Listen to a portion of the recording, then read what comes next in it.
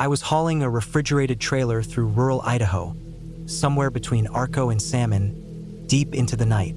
It was one of those long hauls where your dispatcher thinks you're made of steel and caffeine, where the miles start blending together and you're just counting green signs and cattle fences. The CB radio had been dead for hours. No chatter, no traffic, not even static. It was late January, around 2 in the morning, snow still fresh from a storm that had passed through earlier. The sky was clear now, full of stars, and the road was quiet. Too quiet. I hadn't seen another set of headlights in at least 50 miles. The road twisted through hills and patches of forest. Just 2 lanes, no shoulder worth speaking of. Trees closed in tight on some stretches, then opened up to big empty fields and frozen creeks. I was maybe 6 hours into the drive when I saw it. Just a shape at first, lying low in the ditch on the right side of the highway. My headlights washed over it for half a second. Something about it hit wrong in my gut. It wasn't an animal. Too still, too shaped. My foot eased off the gas, and I hit the hazards as I slowed down. I pulled over, right wheels crunching into the snowy gravel, and grabbed my flashlight off the passenger seat. I didn't get out right away. I sat for a second with the engine rumbling, looking in my side mirror, then my rear view, like maybe I was checking to see if anyone else had stopped. But of course, there was no one. Just my own headlights stretching back on empty pavement and the red blink of my hazard lights cutting through the dark. Finally, I opened the door, boots hitting the cold ground, breath coming out in clouds. The cold bit through my jacket fast. I walked around the front of the truck, the flashlight beam cutting across the snow-covered ditch, and nothing was there. Just snow and bent grass, a little roadside brush, but no shape, no body, no drag marks, not even a deer. I scanned left and right, walked a little further along the ditch. Still nothing. It hit me then that the snow was almost untouched. Just the spray from the semi-tires and a few random patches of rabbit or coyote tracks. No footprints, no blood. Nothing to explain what I saw. I stood still for a few seconds, breathing hard, flashlight aimed back where the shape had been. I told myself maybe I was tired. Eyes play tricks late at night, especially when you've been on the road too long. Maybe it was a log or a patch of brush that looked weird under the lights. I wasn't gonna mess around out there too long. Got back in the cab, slammed the door, locked it out of habit. Sat in the seat a moment longer, letting the heat blow on my hands. Then I eased back onto the road and picked up speed again. About 10 minutes later, maybe closer to 15, I was back in that rhythm where the wheels hum and the road feels like it's moving under you more than you're moving over it. The GPS showed the next town still about an hour out. I passed a frozen river, then a small turnout, one of those gravel pull-offs with a busted old guardrail. And there it was again. Same shape, same place in the ditch. I passed it in a blink, but I knew what I saw. It was lying in the snow, just off the shoulder, exact same way as before. Head toward the road, legs curled up like it had collapsed. But the last time I saw that thing was 10 miles back, and it sure as hell hadn't moved when I was stopped. No way to explain it. I didn't stop this time. I gripped the wheel, heart thumping hard in my chest, and I floored it. I kept my eyes forward, both hands on the wheel, pushing that rig as fast as the road would let me. I didn't care about black ice or patrol cars. I just wanted to be somewhere with people, with lights, with sound. And the weirdest thing, as I was flying down that empty road, I kept glancing in the mirrors. Not because I thought it was following me, not really, but because I couldn't shake the feeling that something was still out there, watching, maybe waiting.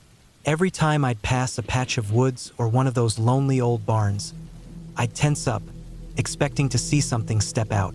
I was running hot, trying not to overthink it. The logical part of me kept saying, maybe I saw a big trash bag caught on some brush. Maybe it was just a weird log and my brain filled in the rest because of how late it was. But I've been on the road for over 20 years. I've driven through blizzards, heat waves, and more sketchy back roads than I can count. I've seen roadkill, hitchhikers, wrecks, you name it. I've never mistaken a trash bag for a body. About 20 minutes later, I passed a broken fence line and an old trailer that looked abandoned. The kind of place that hasn't seen a tenant in years. Snow on the roof, the yard filled with junk half buried in drifts. I caught movement from the corner of my eye, something near the edge of the property, in the snow between a row of trees. I didn't turn my head to look. I just saw it peripheral for a second. Could have been a deer, could have been something else. I wasn't about to slow down and check. The road narrowed again, winding through a stretch of woods that looked darker than the rest. The kind of woods where sound just disappears. My brights lit up the trees ahead, but I couldn't shake the pressure in my chest. I realized then I'd been clenching my jaw for probably half an hour. My fingers ached from gripping the wheel. After what felt like forever, I saw the glow of the truck stop lights on the horizon. I don't remember the name. One of those chains you find in the middle of nowhere, the kind with 3 fuel pumps and a diner that never changes its menu. I pulled in, parked under the sodium lights in the far lot, engine still idling. I sat there a long while, engine humming, heat blasting. I didn't get out. I just watched the snow swirl in the wind outside, watched the handful of other trucks lined up in the lot. A couple guys were sleeping in their cabs. One rig had a curtain drawn across the windshield. Another had its trailer door open like they were unloading something. But nothing moved. Eventually, I killed the engine, got out, stretched, and went inside for coffee. I didn't say anything to the clerk. What was I gonna say? Hey, I saw something that looked like a body in the snow, and it somehow moved ahead of me without leaving tracks. No, I just grabbed a coffee, nodded to the guy behind the counter, and found a booth near the window. I sat with my back to the wall, watching the lot through the glass, hands wrapped around the cup. I stayed there for a couple of hours, long enough for the sun to start lightening the sky behind the hills. Didn't even nap. I kept thinking about that shape in the ditch, how it was just lying there, still as stone, waiting. And the more I thought about it, the more it didn't feel like a dream or some late-night hallucination. It felt deliberate, like something was out there that wanted to be seen, but only just long enough to get your attention, only long enough to make you stop. I kept thinking, what if I had walked a little further when I first stopped?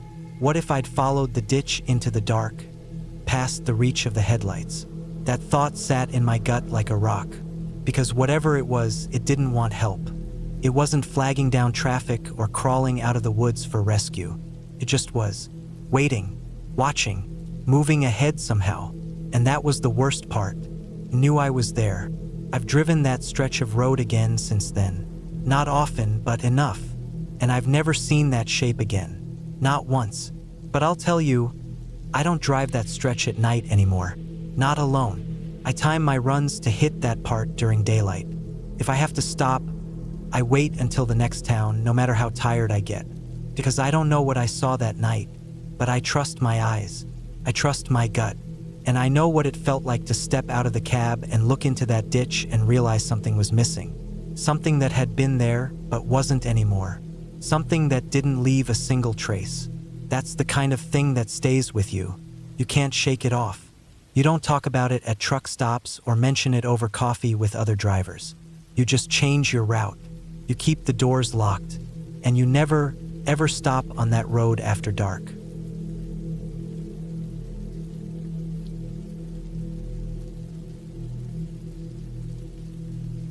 Near Gary, Indiana, I was parked under an overpass at 3 a.m., taking my 30-minute break. I'd been driving since just after noon, rolling steady out of Louisville and heading toward Joliet with a load of dry goods. I remember it was one of those muggy summer nights where the air feels like it's pressing down on your skin. I had the AC off to save fuel, windows cracked just enough to let in some air, and I'd killed the engine. The sound of the trucks on the highway above came in waves, sometimes heavy, sometimes dead silent. That's one of the strange things about stopping under an overpass. It's not really quiet, but it's not exactly noisy either. Just this odd echo of the world still moving while you're stuck in place. It wasn't a planned stop. I'd run out of hours faster than expected due to a traffic jam outside Indianapolis earlier in the day. The overpass wasn't even a proper rest area or truck stop, just a wide gravel shoulder with enough space to get my rig off the road. I'd seen other drivers use it before, so I figured I'd be fine for a short break. I remember climbing out of the cab, the door groaning a little as I swung it open. The dome light popped on, washing the inside of the cab in that soft yellow glow. and the crickets filled the night as soon as I opened the door. I stepped down onto the gravel, felt it shift under my boots, and took a moment to stretch. My knees cracked when I bent them. Back was stiff, neck sore. Typical long-haul stuff. I walked slowly to the rear of the trailer, the gravel crunching under me with every step. The air had this strange weight to it, like it was full of static, like right before a thunderstorm. Only the sky was clear. No wind, no clouds, just that thick, still night. I reached the rear of the trailer, crouched a bit to check the seals. Everything was tight. Red tag unbroken, lock still in place. But as I stood up, I got this weird feeling. The kind that crawls over your skin and makes your chest feel tight. It wasn't like fear exactly, but something in my gut told me to look up. So I did. Right above me, on the overpass itself, maybe 15 or 20 feet up, there was a figure standing on the concrete barrier. Not on the road, on the barrier itself. Just standing there, lit from behind by the weak glow of my trailer's marker lights. No movement, no swaying, no shifting of weight, just still. I didn't think ghost or anything like that. I thought maybe it was a patrol officer or someone broken down and waiting for help. Maybe a homeless guy looking for a ride. I raised my hand, gave a quick wave. No response. I stood there for another few seconds trying to make out any details. Clothing, shape, anything, but all I could see was the outline. I called out. Nothing. No sound. The figure didn't move an inch. After another second or two, I turned around and walked back to the cab. I didn't want to get involved in anything. I'd had encounters before. People trying to beg rides, get into my trailer, even once a guy trying to climb onto my catwalk while I was rolling slow through a parking lot. I wasn't in the mood. I climbed back into the cab, shut the door quietly, and locked it. Rolled up the windows. I didn't feel tired anymore. That heavy feeling in the air got worse once I was inside. I sat there in the driver's seat, eyes flicking between my mirrors, the side window, and the windshield. Couldn't shake the feeling that something wasn't right. Time ticked slow. My break still had about 25 minutes left. I tried to brush it off. Told myself it was probably just some guy on drugs, maybe even sleepwalking. But the longer I sat there, the more uneasy I felt. I didn't start the engine, didn't want to draw more attention. Just sat in silence, trying not to think about what I'd seen. Around the 15-minute mark, I couldn't help myself. I leaned across the cab, pulled the curtain back just enough, and peeked out the windshield. The figure was still there, same exact spot, still not moving. It's hard to describe the kind of stillness it had. Not just standing, like it wasn't even breathing, like it was a statue, but I knew it wasn't. There was something too human about the outline, too natural a shape. I could feel my heartbeat picking up just looking at it. I sat back in my seat and reached for the small flashlight I kept in the side compartment. Thought maybe I'd shine it up there, get a better look. But something in me said don't. Like if I saw more, I'd regret it. So I didn't. I put the flashlight back down, rested my head against the seat, and just waited. When the clock hit the 30-minute mark, I was supposed to log back in and get rolling, but I hesitated. I looked again. Still there. No change. I didn't even want to start the truck. Didn't want to draw its attention. But eventually I said screw it. I was done waiting. My heart was pounding in my ears as I keyed the ignition. The engine roared to life and I reached for the gear selector. As I did, I glanced up one more time. The figure was gone. Just like that. Gone. I hadn't looked away more than 2 seconds, maybe 3, when I started the truck. And in that tiny bit of time, it had disappeared. No sound. No movement, just not there anymore. I don't know how it left. I don't know where it went, and I didn't stick around to find out. I yanked the wheel hard left, pulled onto the shoulder, and got moving. Didn't even give the engine time to warm up. I was back on the road in less than a minute, rolling hard toward Joliet, heart still thudding in my chest. Kept checking my mirrors, half expecting to see someone in the catwalk or clinging to the ICC bar. But nothing. I kept driving until sunup. Didn't stop, didn't eat, didn't pee, just drove. I hit the receiver 2 hours early, parked in the lot, and sat there with the engine running for another 20 minutes before I even opened the door. Never once looked back. I told a couple drivers about it later that week. Got the usual responses, probably a meth head, probably a jumper, maybe someone screwing around. Maybe. But even if that's true, it doesn't explain the way it stood. The way it didn't move for that long. Or how it vanished the second I started the engine. People don't do that. People shift weight, scratch themselves, move their hands, stretch. This thing didn't. Not once. Not even a twitch. I've been driving for years. Seen a lot of weird stuff out on the road. Strange people, strange animals, accidents, fireballs in the sky. I've hauled loads through ghost towns, desert highways, snowstorms in the Rockies. But that night under the overpass near Gary still sticks with me in a way nothing else does. I've driven through there since. A few times, in fact.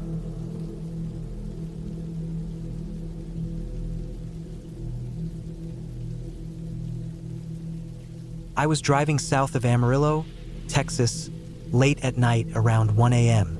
The highway was mostly empty, just me and a few trucks scattered miles apart. The sky was clear, stars faint but there, and the air had that dry, dusty feel that you get out on the plains. I'd been on the road for hours, hauling a load of construction equipment from Oklahoma City down to Laredo. It was a long haul, and by this point I was running low on sleep but pushing through because sometimes you just gotta get there. The stretch I was on was a 2-lane highway, nothing fancy, just a long ribbon of asphalt cutting through endless flat land.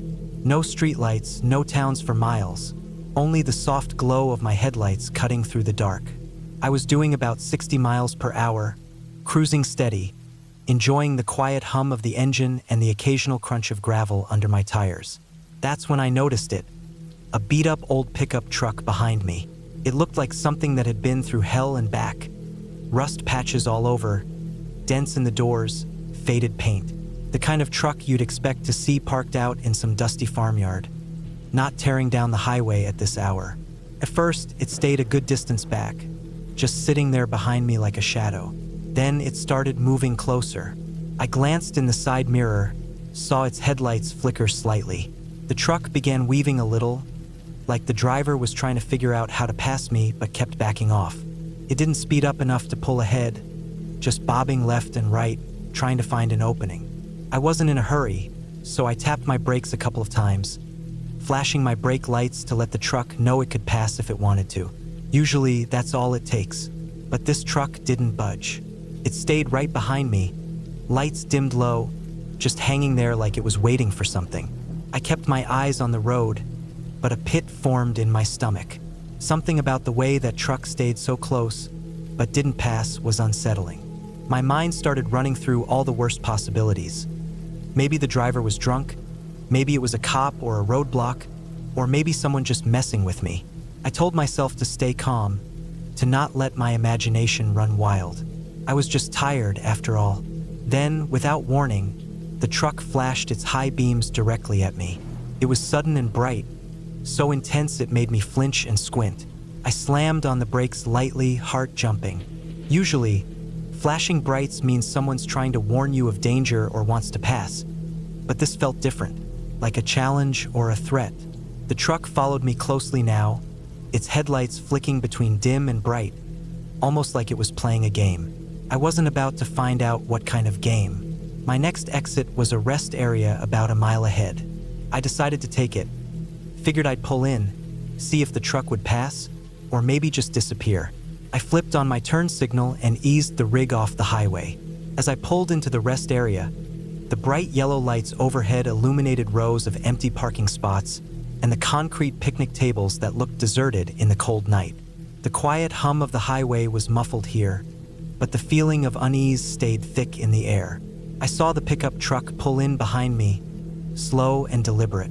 It stayed on the main drive, not pulling into any parking spot. I parked my truck carefully, set the emergency brake, and climbed down from the cab, my boots crunching on the gravel. I walked around the front of my rig, peering down the exit road where the pickup was idling. The truck sat just before the exit, engine humming softly. There were no tail lights, no plates visible anywhere on the back. It was like the truck was trying to disappear into the darkness. I didn't want to hang around outside any longer than I had to. I climbed back into my truck and locked the doors. I sat there for a minute, eyes on the rearview mirror, watching that pickup. Then, just as suddenly as it had appeared, the truck revved its engine and sped off through the exit. No turn signal, no slowing down. It tore away like a shot into the night, disappearing down the highway. I sat there for a while longer, heart still racing. I called the dispatch line to let them know what happened, just in case it was some kind of setup or trouble ahead. They told me to be careful and keep an eye out. After a few minutes, I pulled back out onto the highway. The road was empty again, quiet except for the soft roar of my engine. The miles stretched ahead, but that strange encounter stuck with me. Driving alone late at night is always a gamble. You never know what kind of people you might meet on the road. But this pickup wasn't just some tired driver trying to get home. It was deliberate. It followed me. It played with its lights like a predator toying with its prey. The worst part wasn't even the truck itself. It was the feeling that whoever was behind the wheel was watching me, waiting for something to happen. I kept driving, eyes on the mirrors, hands tight on the wheel. For the rest of the night, I didn't see any more cars like that. Just empty road, cold air, and a deep sense of relief when I finally pulled into a truck stop hours later. Even now, I don't know what that pickup wanted. But I know one thing, when you're alone on the highway at night, some rides are better left unfinished.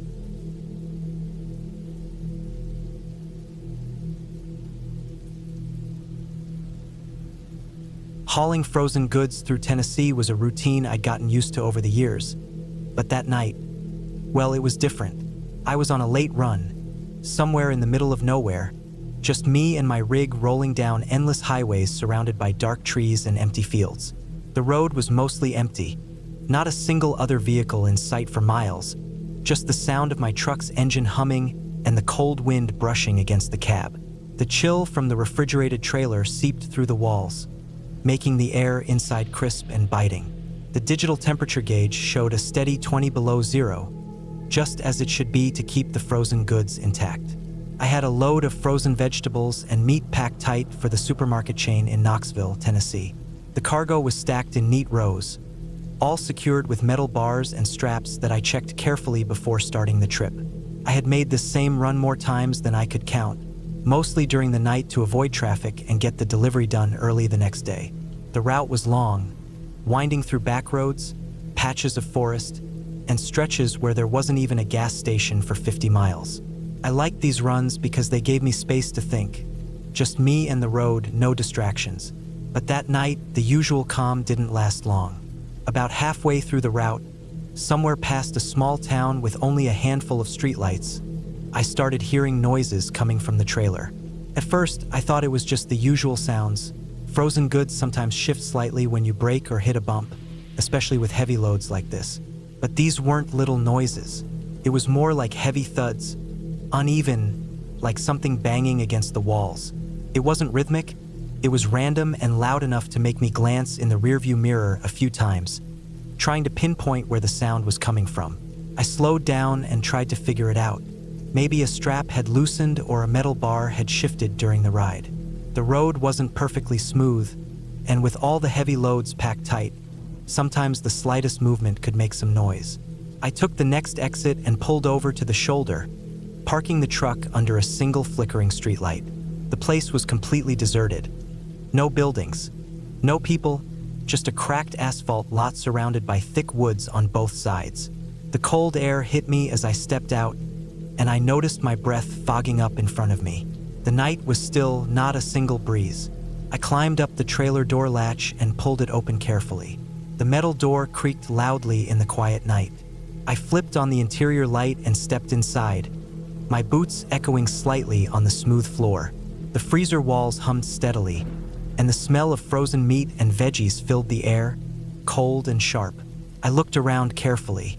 Everything was exactly where I'd loaded it. The pallets were all tightly stacked. The straps were secure and not a single box had shifted. No signs of damage or anything out of place.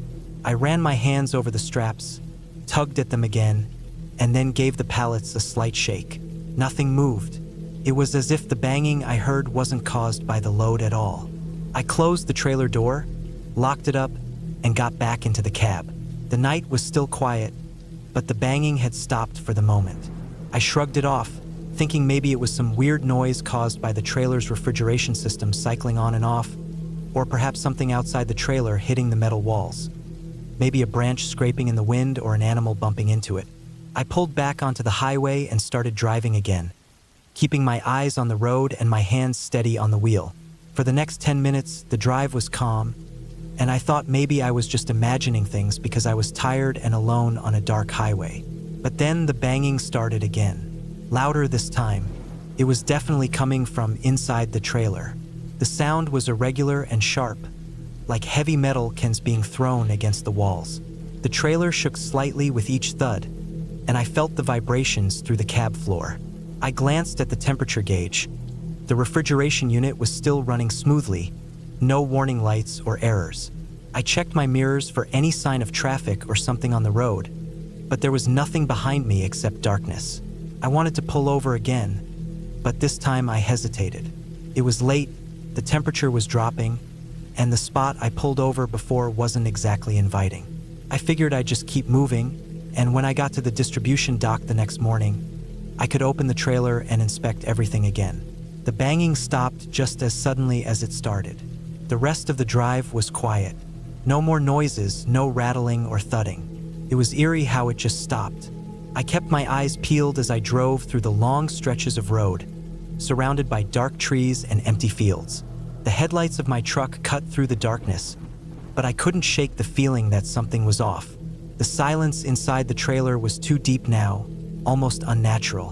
When I finally reached the distribution center at dawn, the sky was just beginning to lighten. I pulled the truck into the dock and killed the engine. The air outside was crisp and cold, but nothing compared to the cold inside the trailer. I climbed down and headed to the back of the truck. Slowly, I released the latch and opened the trailer door. The familiar cold air hit me immediately, and I flipped on the trailer lights again. Everything looked exactly the same as before. The frozen goods were all stacked neatly. No boxes had fallen or shifted. The straps were still tight. The pallets were in the same place. I walked through the trailer, shining my flashlight along the walls, checking for any damage or signs of whatever might have caused the banging. Nothing. No dents, no scratches, no misplaced boxes. I poked around the corners and beneath the pallets, but the floor was clean. No signs of anything loose or out of place. I stood there for a long moment, breathing in the cold air, trying to make sense of what I'd heard the night before. It just didn't add up. I closed the door and locked it up tight. I reported the noise to the dispatcher as best as I could, but they just told me to keep an eye on it and mention it if it happened again. Since then, I've hauled that same route 10 times.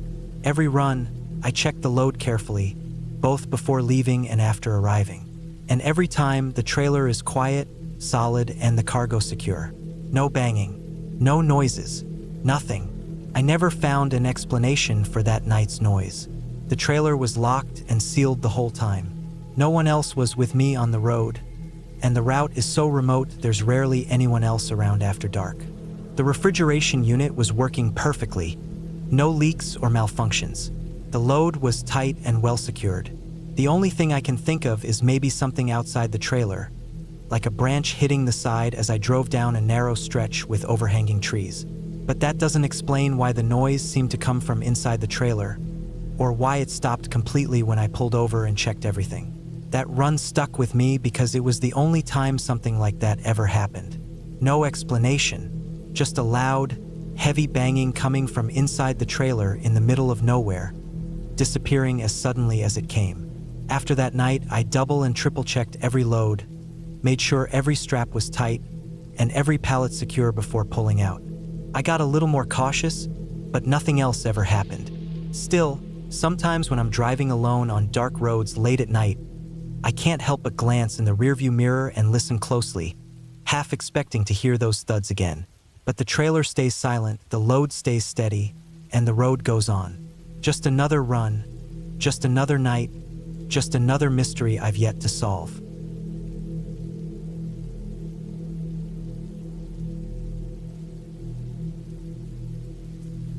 I was driving through Idaho late one night, hauling a load of machinery parts from Portland down to Salt Lake City. I had been on the road for nearly 10 hours, and I was damn near ready to call it quits and get some sleep. Somewhere just outside Boise, I spotted a rest area off the highway. It was quiet, almost empty, and looked like a decent spot to park for a few hours before starting fresh in the morning. Pulling in, I picked a spot toward the back, away from the few other trucks that were parked there. The night was clear, the stars faint but visible, and the air smelled cold and dry. I shut off the engine, locked the doors, and pulled the curtains tight around the sleeper. I flicked off the cab light before climbing into the bunk, expecting to be out within minutes. But sleep didn't come easy. I tossed and turned, hearing the faint hum of cars on the interstate a mile away. The quiet of the rest stop was different from the usual hum of truck stop chatter. It was almost too quiet, like the kind of silence that settles in right before something shifts. I kept telling myself to relax, but my mind was restless. About 2 hours after I finally drifted off, I woke up with a start. My eyes shot open, and the first thing I noticed was that the cab light was on. I'm pretty sure I turned it off before I climbed into bed. I sat up and blinked, thinking maybe it was just a trick of my tired mind. Maybe I dreamt it, but the light was definitely on, casting a dull glow over the inside of the cab. I reached out to switch it off, my hand shaking a little from the sudden wakefulness. Then I glanced toward the side mirror. That's when I saw it. A figure standing just behind the sleeper, partially hidden in the shadows. My heart froze solid. The way the person stood was stiff, almost like they were trying not to be seen, but they weren't moving away. I stared, trying to make out any details. The streetlights at the rest stop barely reached the back of the truck, so all I could see was a silhouette. The figure was tall, thin, wearing what looked like a dark hoodie, hands tucked into the pockets. I didn't recognize the face, couldn't, really. It was too dark. My brain shouted at me to move, to lock the doors and call for help. But I was frozen in place, caught between fear and disbelief. The figure didn't come closer. Instead, it ducked down suddenly, disappearing from view behind the truck's side. I didn't waste any more time. I started the engine, the diesel grumbling to life and cutting through the night's silence.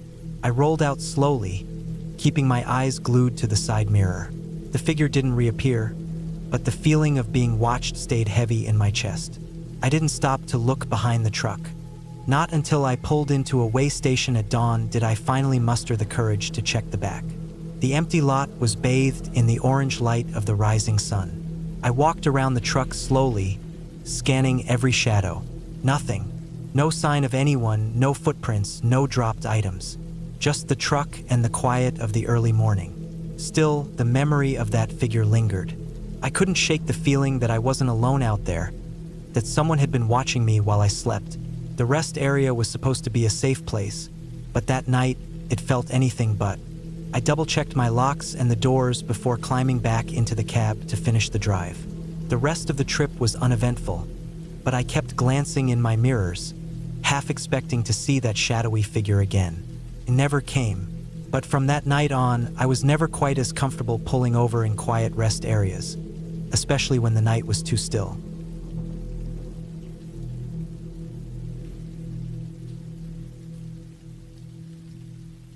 I was rolling through Kansas late one night when my rig gave up on me. The engine sputtered and died just off some back road, miles from anything that looked like a town or a gas station. I'd been hauling freight for nearly 20 years, and I'd seen my share of breakdowns, but this one felt different. Like the truck just said, "I'm done." I was dead tired after a long shift, and all I wanted was a place to crash for a few hours and get some rest before trying to figure out the next move. The nearest tow company finally found me after about an hour, and the guy who showed up looked like he'd been doing this job for longer than I'd been alive. He didn't say much, just hooked my truck up and told me he'd take me to the closest motel. But it wasn't much, just a roadside joint, cheap and off the beaten path. I wasn't picky. At that point, a warm bed and a shower sounded like a godsend. The motel was the kind of place that makes you hesitate before stepping inside. The sign out front flickered half-broken neon, buzzing in the cold night air. The parking lot was cracked and stained with oil spots and tire marks, lit only by a single dim street lamp that struggled against the heavy darkness of the Kansas night. I could see an old rusted swing set next to the building, barely visible in the shadows, creaking softly in the wind. The building itself looked like it hadn't seen a fresh coat of paint in decades. The paint was peeling on the walls, and the windows were dirty enough to obscure the inside. A handful of cars and trucks were scattered around, but the place didn't look busy. More like it was just sitting there, waiting for something. The tow driver dropped me off and gave me a nod before he disappeared back down the road, probably hoping to avoid staying there himself. I checked in quickly. A middle-aged woman behind the counter with tired eyes and a fake smile handed me a key with a metal tag on a worn-out ring. Room 7. I carried my bag across the parking lot, past a flickering outdoor light that buzzed and cast weird shadows on the cracked asphalt. The room was small and smelled like stale cigarette smoke and old carpet. The bed looked like it had been slept in by every trucker that had passed through for the past 10 years, and the sheets felt thin and rough against my skin. The bathroom was tiny, with cracked tiles and a mirror that had spiderweb cracks in one corner. The faucet dripped slowly, the sound breaking the silence in the otherwise still room. I was beat. After a quick shower, I collapsed onto the bed, the mattress creaking under me as I sank in. I didn't even bother turning on the TV. The only light came from a small bedside lamp that gave off a weak, yellow glow. I shut my eyes and drifted off, the hum of the old air conditioner rattling in the background. A few hours later, around 2 a.m., I was jolted awake. At first, I thought it was a bad dream or maybe a truck passing by outside, but then I heard it again. Voices, laughing, talking, low, almost quiet, but clear enough to make me sit up in bed. I turned off the lamp and moved quietly to the window, careful not to make any noise. The window overlooked the parking lot, and as I peered out through the dusty glass, I saw a group of people standing just beyond the edge of the light from the street lamp. There were about 5 or 6 of them, scattered but close enough to be part of the same group. They weren't moving much. No pacing or shifting weight from one foot to another like people waiting for a ride or someone to show up. They just stood there, heads slightly tilted, hands at their sides or in pockets. They weren't drunk, I could tell that much. Their movements were slow, almost deliberate, and the way they talked had a strange tone, like they were repeating something quietly among themselves but not in a rush. The laughter wasn't loud or rowdy either. It was low and sharp, like a quiet chuckle passed around between them. One of them caught my eye. He was a tall guy, wearing a dark jacket and a baseball cap pulled low over his eyes.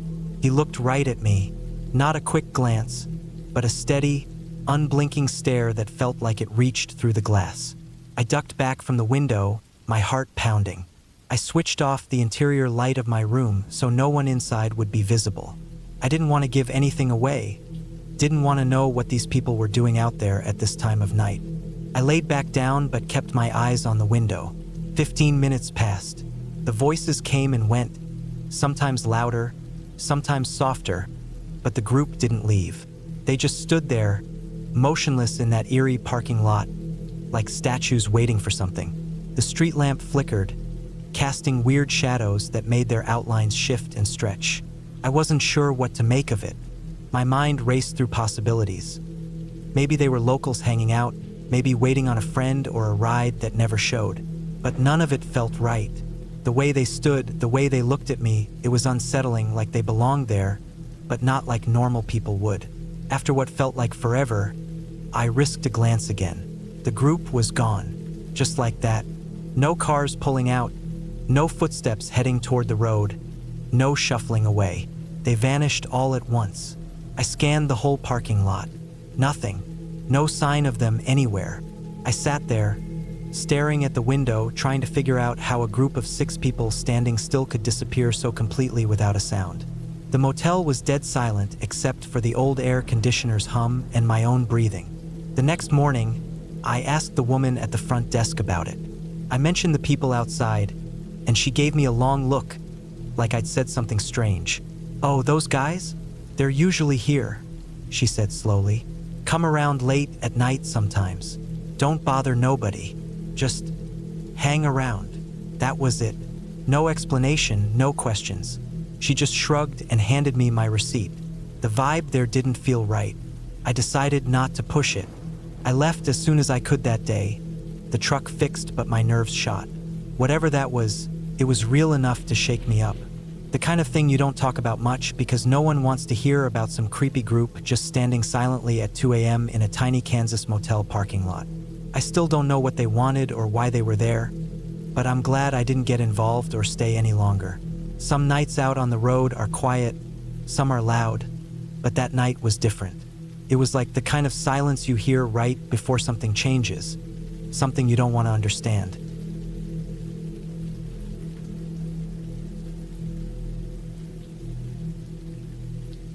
I never pick up hitchhikers. It's just not something I do. Not because I'm some hard guy, but because I've been on the road long enough to know it's trouble waiting to happen. You hear too many stories, see too many things in the trucker world that just don't add up. And the safest bet is to keep your doors locked and your eyes on the road. But one night near Moab, in the middle of a long desert stretch where there's nothing for miles but red rocks and empty road, I saw a guy waving his arms frantically at me from the side of the highway. I couldn't just keep driving. It was late evening. The sun was dipping low, painting the sky with those deep orange and purple streaks that only the desert can put on. The highway was long and straight, stretching out like a ribbon cutting through endless dry land. There were no other vehicles in sight for miles. That was part of what made me slow down. The guy was standing near a small dirt pull-off, his jeans and flannel shirt dusty and torn, like he'd been walking through the desert for a while. He looked hurt. I could see a smear of blood on his forehead and a limp in the way he moved. The heat was still hanging in the air, but the desert was cooling fast now that the sun was going down. Normally, I'd keep going, tell myself he'd find help eventually. But something about the desperation in his eyes made me hit the brakes and pull over. I parked the truck on the shoulder, threw the hazards on, and opened my door. The moment he saw me stop, he practically ran over, jumping into the cab before I could say anything. He climbed in fast, the door shutting behind him with a soft slam. He didn't say much, just nodded his thanks and said he needed a ride to the next town, about 50 miles down the road. His voice was quiet, a little rough, like he hadn't spoken much in a long time. I didn't ask any questions. I kept my eyes on the road as I pulled back onto the highway, pushing the clutch and shifting gears. The cab smelled of diesel, sweat, and the faint hint of coffee from my travel mug. The dashboard lights glowed softly, casting a greenish tint over the worn seats and cracked dashboard. Outside, the desert stretched on endlessly, darkening as night crept in. For the first few minutes, the silence was thick. The guy just stared out the window, his hands resting on his knees.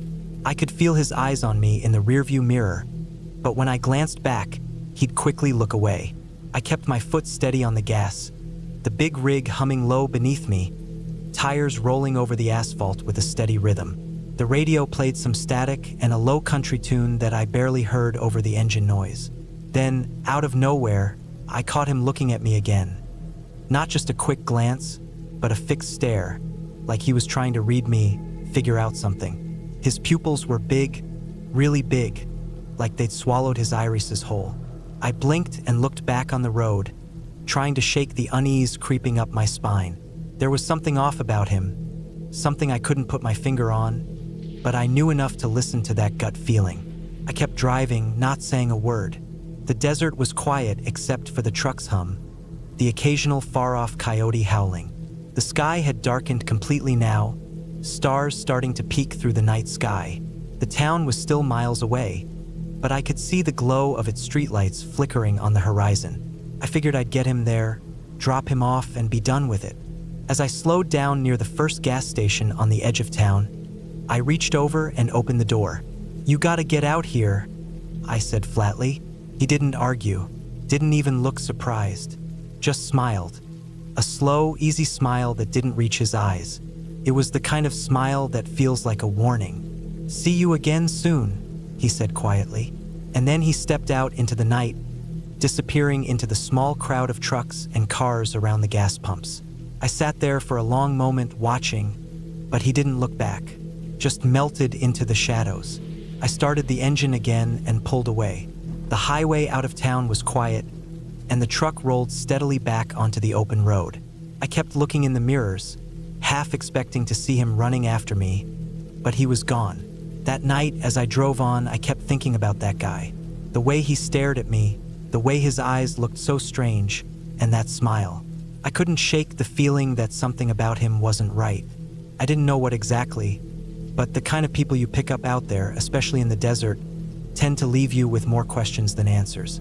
The next day, I stopped at a diner in a small town along my route and asked around about anyone matching that description. No one had seen him. No reports of anyone hurt or walking alone on the highway. It was like he had never existed. I tried to put it out of my mind, but it stuck with me. After that, I never drove that stretch of highway again. I changed routes, even if it added hours to my trip. I didn't care about the extra miles. Some things just aren't worth the risk. Weeks later, I heard from a buddy that the stretch of road near Moab had been the scene of a few disappearances. Travelers who vanished without a trace, some last seen hitchhiking or walking along the highway. I thought back to the guy in the flannel. Injured or not, his eyes, that smile. It didn't add up. I'm not a superstitious man, but there are real dangers out there on the road, and sometimes those dangers don't come from ghosts or monsters, but from something just as unsettling. People who don't belong. I still drive cross-country for a living, but I never pick up hitchhikers. Ever. And if I'm on a long stretch of highway, especially in the desert, and I see someone waving, I keep going. Because that night near Moab taught me that sometimes the safest choice is the one you don't want to make. And if you don't listen to that voice in your gut, it might be the last mistake you ever make.